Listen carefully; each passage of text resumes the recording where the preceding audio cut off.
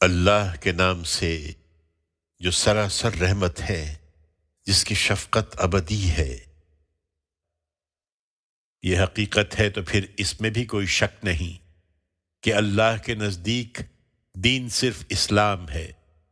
اس لیے کہ وہی اللہ کو اس طرح ماننے کی دعوت دیتا ہے، اور جنہیں کتاب دی گئی انہوں نے تو اللہ کی طرف سے اس حقیقت کا علم ان کے پاس آ جانے کے بعد محض آپس کے ضدم زدہ کی وجہ سے اس میں اختلاف کیا ہے۔ یہ صریح انکار ہے، اور جو اللہ کی آیتوں کے اس طرح منکر ہوں وہ اس سے بے خوف نہ رہیں، اس لیے کہ اللہ بہت جلد حساب لینے والا ہے۔ چنانچہ وہ اگر تم سے جھگڑیں تو کہہ دو کہ میں نے اور میرے پیرووں نے تو اپنے آپ کو اللہ کے حوالے کر دیا ہے، اور اہل کتاب سے اور بنی اسماعیل کے ان امیوں سے پوچھو کہ کیا تم بھی اسی طرح اپنے آپ کو اللہ کے حوالے کرتے ہو؟ پھر اگر کریں تو راستہ پا گئے، اور اگر منہ موڑیں تو تم پر صرف پہنچا دینے کی ذمہ داری ہے۔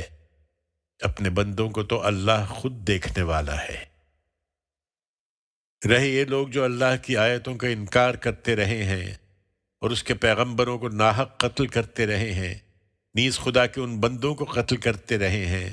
جو لوگوں میں سے انصاف پر قائم رہنے کی دعوت دیتے تھے،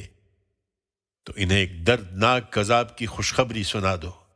یہی ہیں کہ جن کے اعمال دنیا اور آخرت دونوں میں ضائع ہوئے،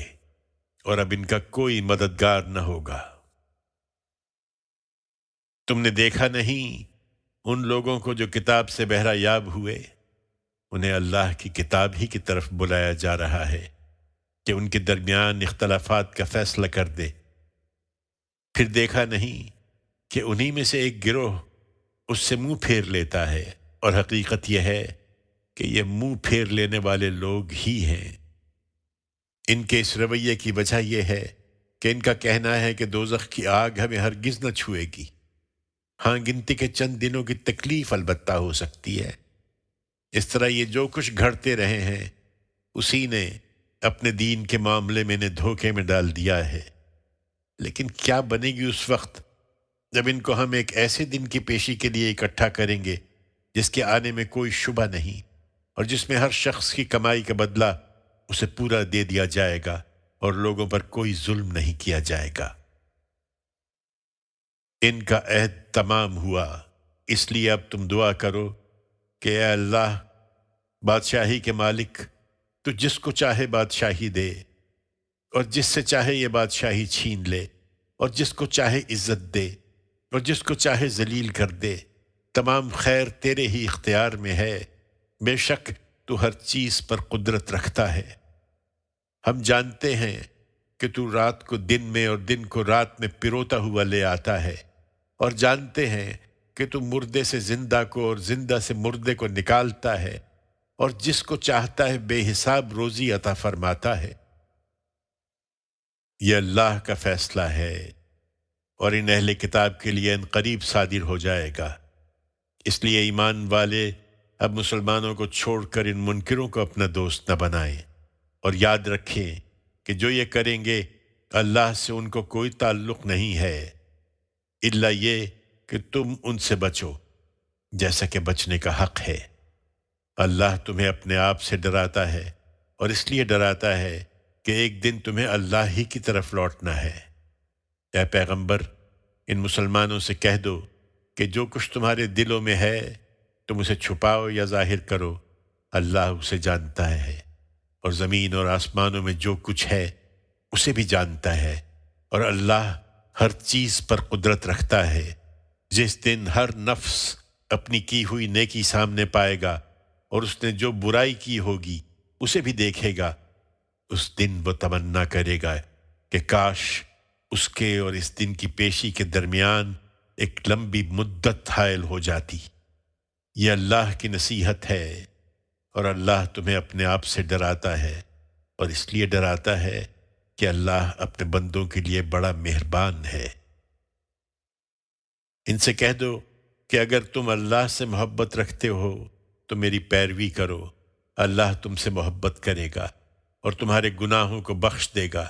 اور اللہ بخشنے والا ہے، اس کی شفقت ابدی ہے۔ کہہ دو کہ اللہ اور اس کے رسول کی اطاعت کرو، پھر اس کے بعد بھی یہ منہ موڑیں تو انہیں بتا دو کہ اس طرح کے منکروں کو اللہ پسند نہیں کرتا۔ یہ اہل کتاب تم سے بحث کرنا چاہتے ہیں، اس میں شبہ نہیں کہ اللہ نے آدم اور نوح کو اور ابراہیم اور عمران کے خاندان کو تمام دنیا والوں پر ترجیح دے کر ان کی رہنمائی کے لیے منتخب فرمایا۔ یہ ایک دوسرے کی اولاد ہیں، اور جو کچھ کہتے اور کرتے رہے ہیں اللہ اس سے واقف ہے، اس لیے کہ اللہ سمیع و علیم ہے۔ انہیں یاد دلاؤ وہ واقعہ جب عمران کی بیوی نے دعا کی کہ پروردگار، یہ میرے پیٹ میں جو بچہ ہے اس کو میں نے ہر ذمہ داری سے آزاد کر کے تیری نذر کر دیا ہے، سو تو میری طرف سے اس کو قبول فرما، بے شک تو ہی سمیع و علیم ہے۔ پھر جب اس نے اس کو جنا تو بولی کہ پروردگار، یہ تو میں نے لڑکی جن دی ہے، اور جو کچھ اس نے جنا تھا اللہ کو اس کا خوب پتہ تھا، اور بولی کہ وہ لڑکا اس لڑکی کی طرح نہ ہوتا،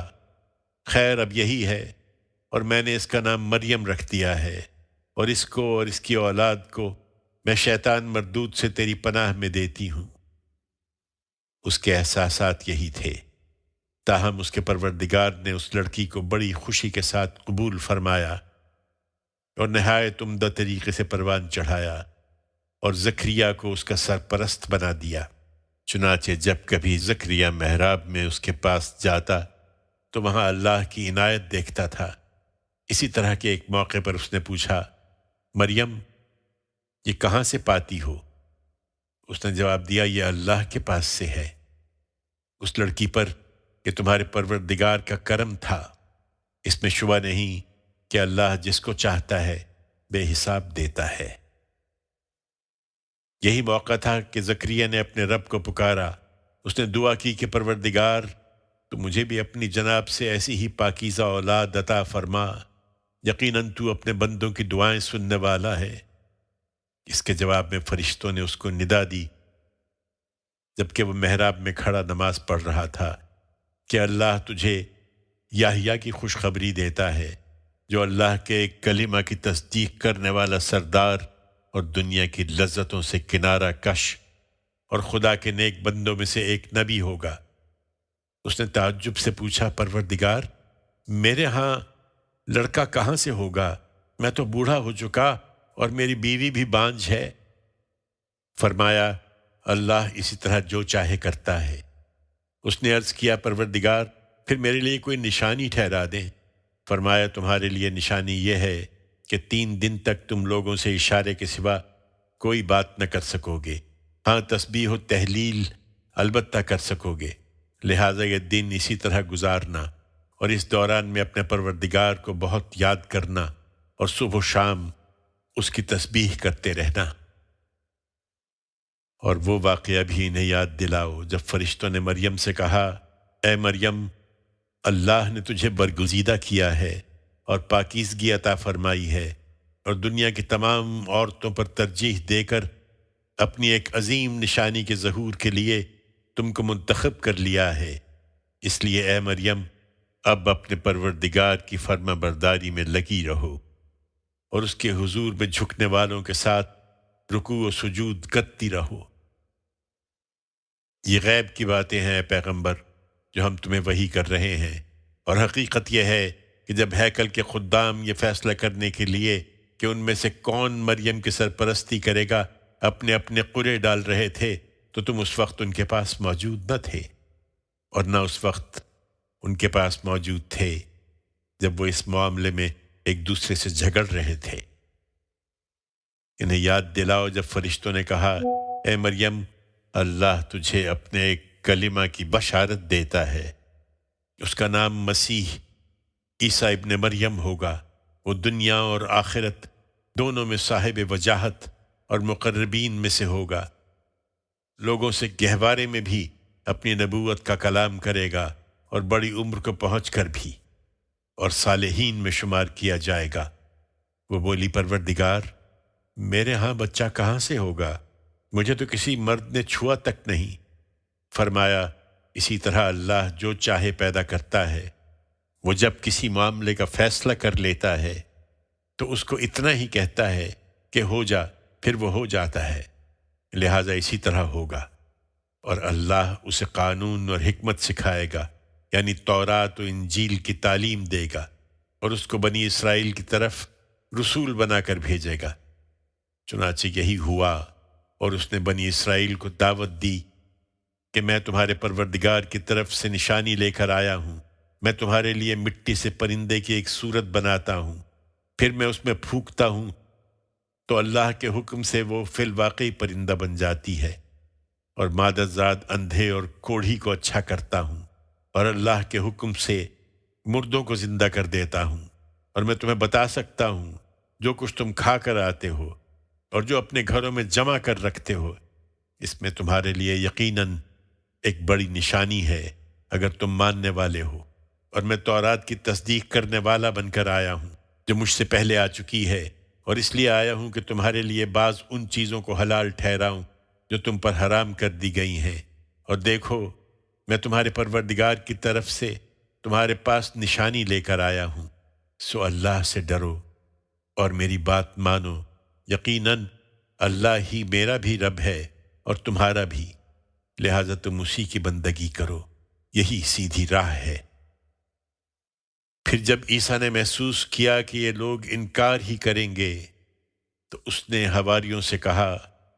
کون اللہ کی راہ میں میرا مددگار ہوتا ہے؟ حواریوں نے جواب دیا، ہم ہیں اللہ کے مددگار، ہم اللہ پر ایمان لائے ہیں، اور آپ گواہ رہیے کہ ہم نے سر تسلیم خم کر دیا ہے، پروردگار